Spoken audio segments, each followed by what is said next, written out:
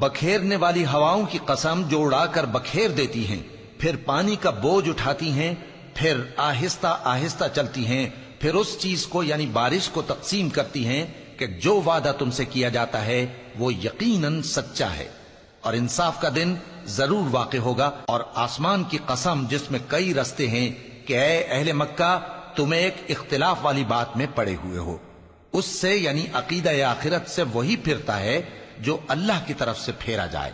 اٹکل دوڑانے والے ہلاک ہوں جو بے خبری میں بھولے ہوئے ہیں۔ پوچھتے ہیں کہ جزا کا دن کب ہوگا؟ وہ دن ہوگا جب ان کو آگ میں عذاب دیا جائے گا۔ اب اپنی شرارت کا مزہ چکھو، یہ وہی ہے جس کے لیے تم جلدی مچایا کرتے تھے۔ بے شک پرہیزگار بہشتوں اور چشموں میں ہوں گے، اور جو نعمتیں ان کا پروردگار انہیں دیتا ہوگا انہیں لے رہے ہوں گے۔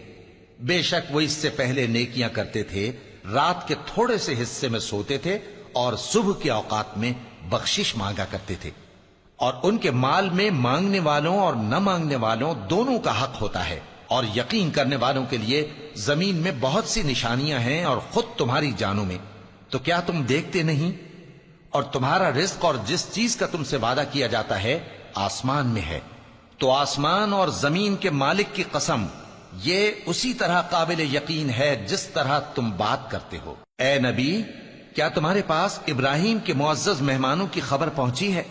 جب وہ ان کے پاس آئے تو سلام کہا، انہوں نے بھی جواب میں سلام کہا۔ دیکھا تو ایسے لوگ کہ نہ جان نہ پہچان۔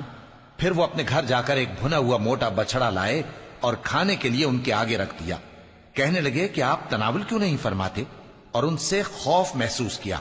انہوں نے کہا کہ خوف نہ کیجے، اور ان کو ایک دانش مند لڑکے کی بشارت سنائی۔ تو ابراہیم کی بیوی چلاتی آئیں اور اپنا منہ پیٹ کر کہنے لگیں کہ ایک تو میں بڑھیا، اوپر سے بانجھ۔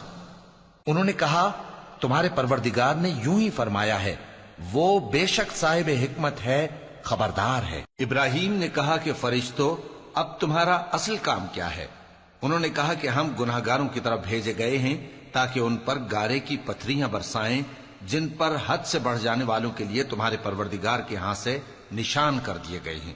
پس وہاں جتنے مومن تھے ان کو ہم نے نکال لیا، پھر اس بستی میں ہم نے ایک گھر کے سوا مسلمانوں کا کوئی گھر نہ پایا، اور جو لوگ عذاب علیم سے ڈرتے ہیں ان کے لیے ہم نے وہاں نشانی چھوڑ دی۔ اور موسیٰ کے حال میں بھی نشانی ہے، جب ہم نے ان کو فرعون کی طرف کھلا ہوا معجزہ دے کر بھیجا تو اس نے اپنی قوت کے گھمنڈ پر منہ موڑ لیا اور کہنے لگا یہ تو جادوگر ہے یا دیوانہ۔ تو ہم نے اس کو اور اس کے لشکروں کو پکڑ لیا اور ان کو سمندر میں پھینک دیا، اور وہ کام ہی قابل ملامت کرتا تھا۔ اور عاد کی قوم کے حال میں بھی نشانی ہے، جب ہم نے ان پر نامبارک ہوا چلائی، وہ جس چیز پر چلتی اس کو ریزہ ریزہ کیے بغیر نہ چھوڑتی۔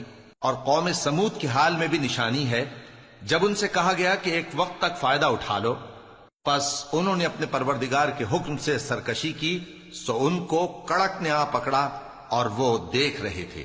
پھر وہ نہ تو کھڑے رہنے کی طاقت رکھتے تھے اور نہ مقابلہ کر سکتے تھے، اور اس سے پہلے ہم نوح کی قوم کو ہلاک کر چکے تھے۔ بے شک وہ نافرمان لوگ تھے۔ اور آسمان کو ہم ہی نے اپنی قدرت سے بنایا، اور ہم کو ہر طرح کی قدرت ہے، اور زمین کو ہم ہی نے بچھایا، تو دیکھو ہم کیا خوب بچھانے والے ہیں۔ اور ہر چیز کے ہم نے دو دو جوڑے بنائے تاکہ تم نصیحت حاصل کرو۔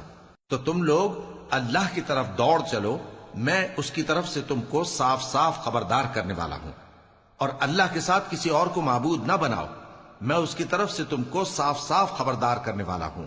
اسی طرح ان سے پہلے لوگوں کے پاس بھی جو پیغمبر آتا تو وہ بھی اس کو جادوگر یا دیوانہ کہتے۔